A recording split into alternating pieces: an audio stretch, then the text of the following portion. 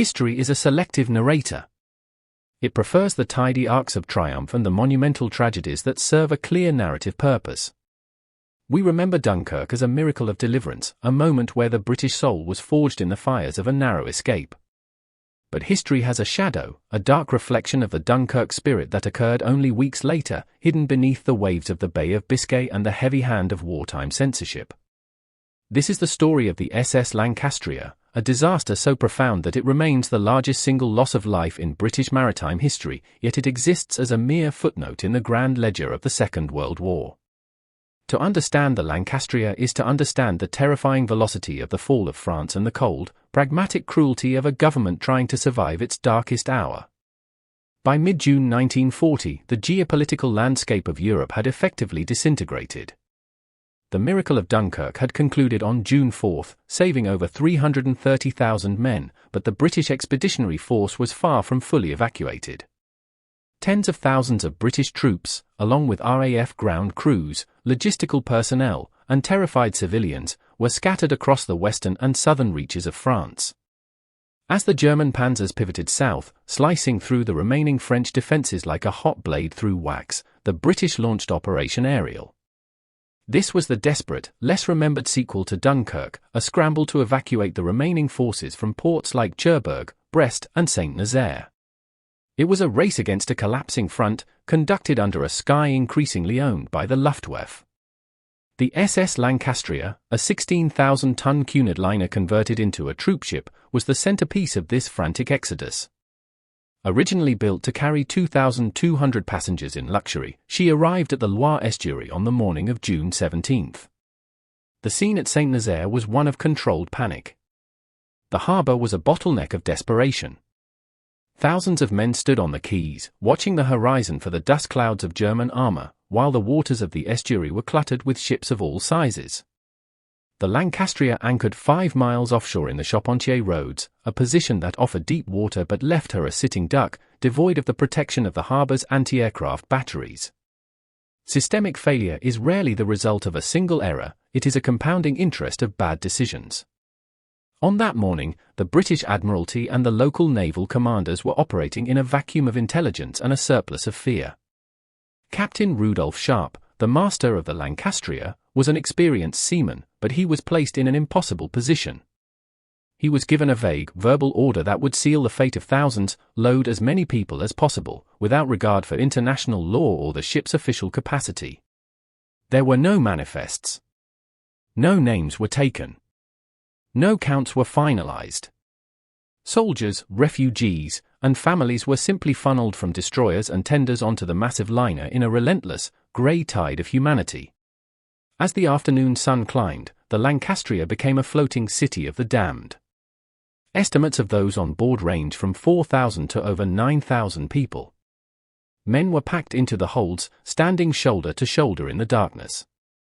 They sat on the stairs, crowded the dining saloons, and lined the decks.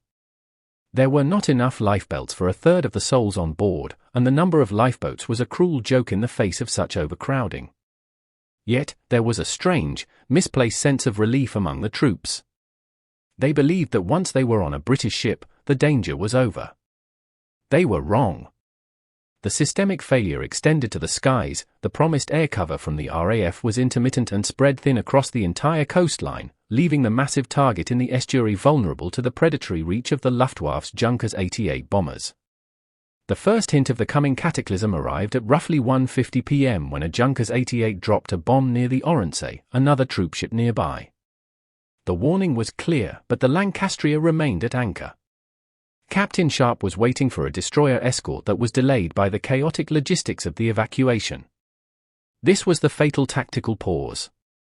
At 3:48 p.m., the sky screamed. A flight of Junkers 88s from Camp Geschwader 30 dived out of the clouds, their targets illuminated by the brilliant June sun.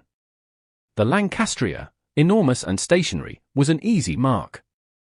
For direct hits tore through the ship.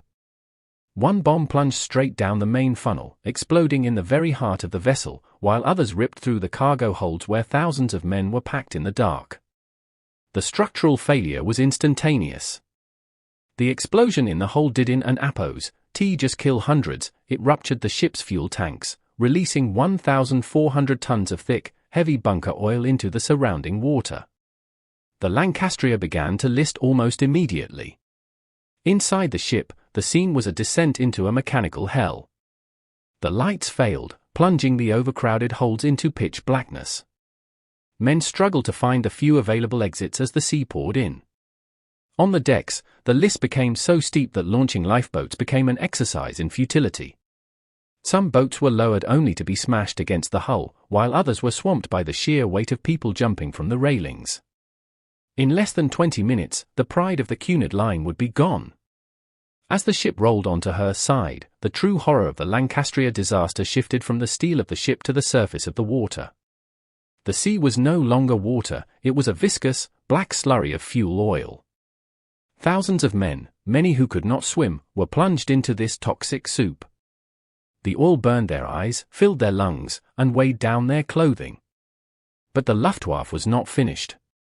In an act of calculated brutality that survivors would never forget, the German pilots returned. They flew low over the water, strafing the survivors who were struggling to stay afloat in the oil.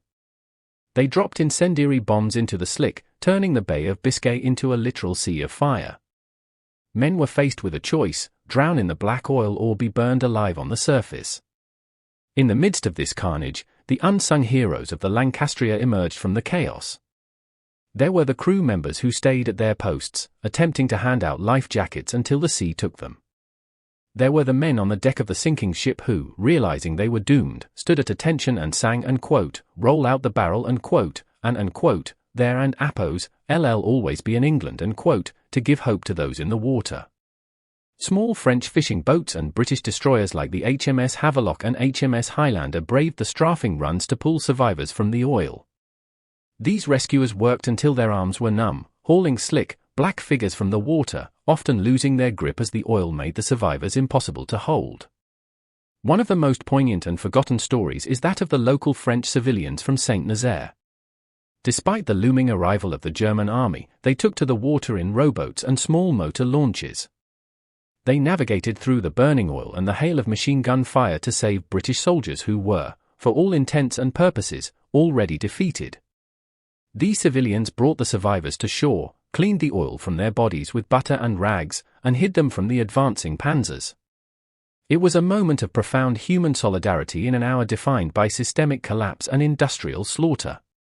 The Lancastria sank in about 20 minutes. When the ripples finally settled, the scale of the tragedy was staggering, yet it was met with a wall of silence.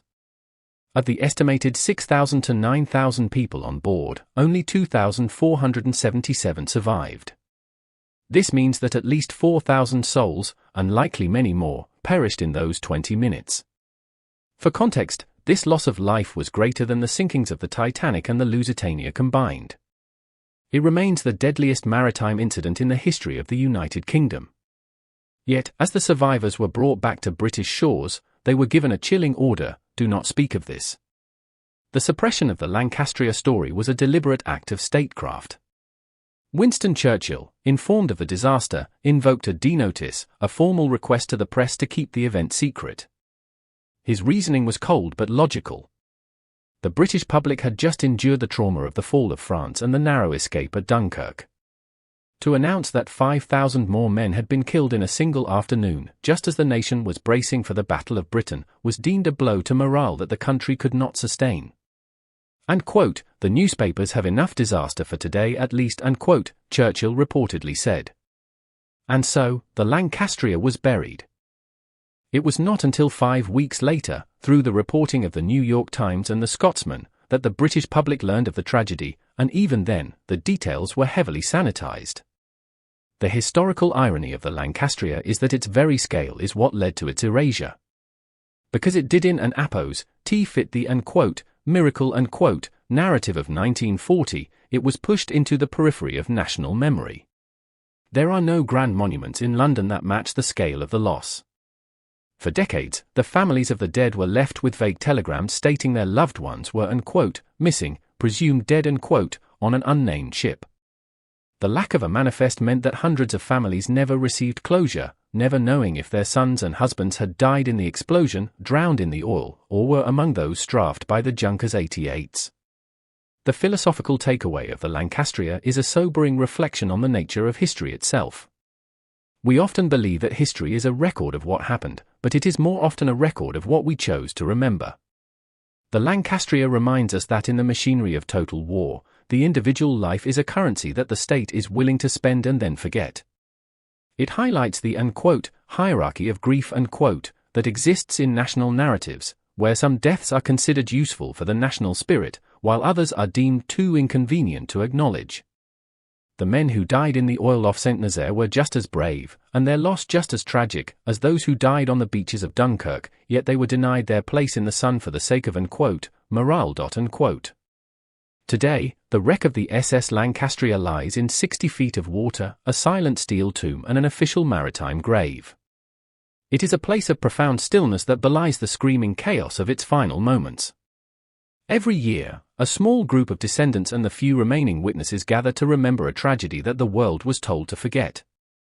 They remember the smell of the oil, the heat of the fire, and the haunting sound of thousands of voices singing into the void as the ship went down. They ensure that while the state may have found the truth inconvenient, the ghosts of the Lancastria are not entirely abandoned to the currents of time.